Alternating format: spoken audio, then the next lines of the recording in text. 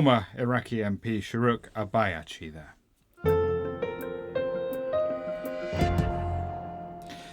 Now, are top-flight footballers really as dumb as they sometimes seem, or is it just a tired old stereotype? Well, there are quite a few examples to back up the theory. Take David Beckham saying he wanted his son Brooklyn to be christened but didn't know into which religion, or the ex-Manchester City player Mario Balotelli who set his house on fire after hosting a fireworks display in his bathroom. Then there's England's Jack Grealish. He was shown a map of the UK and asked to put a sticker marking where he lived.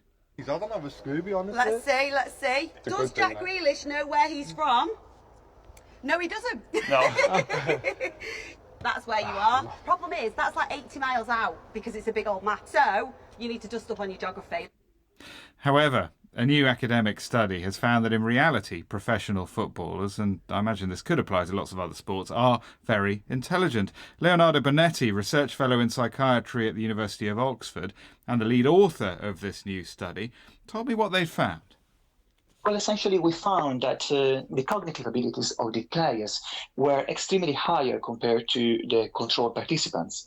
And this was true across all of the different tests that we used. So, for instance, football players had much higher executive functions, but also much higher working memory and ability of solving logical problems and planning in general. At the same time, we also found a very specific set of personality traits in elite football players, like they had much higher levels of extraversion, conscientiousness, and openness to experience.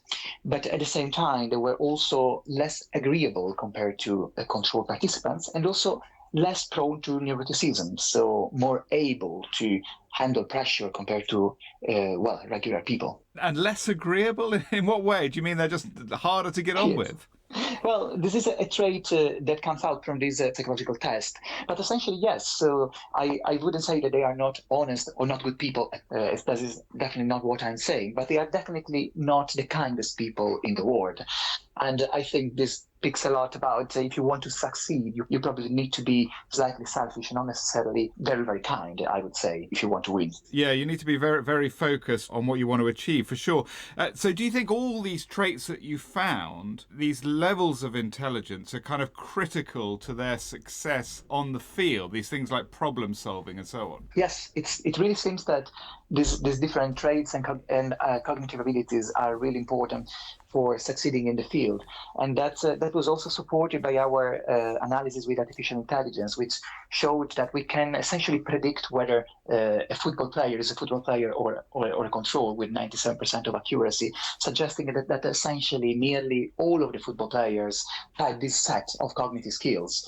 And this is it's very likely that if you don't have this set of cognitive skills, you wouldn't succeed. So that's interesting. So once you'd run the tests, did you feed that back into a system so you could basically create a profile of what makes a top footballer? Exactly. We could train the algorithm to essentially establish what is the model of the ideal psychological profile of the football players.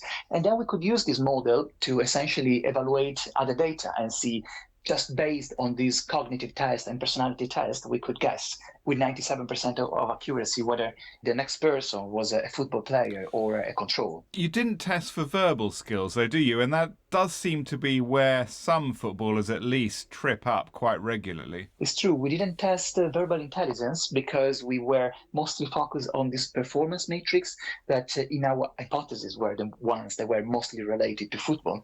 So we can't say what happens with verbal intelligence, but it might be true that perhaps verbal intelligence wouldn't be higher for football players. And that might explain also why there is this general idea that football players are not necessarily the smartest people in the world, even if our results seem to suggest the other way around.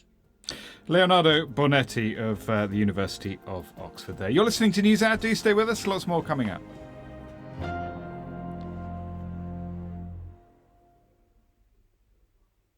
This is the BBC World Service, with Shirley Gilbert uncovering the songs and poems of a World War II prisoner.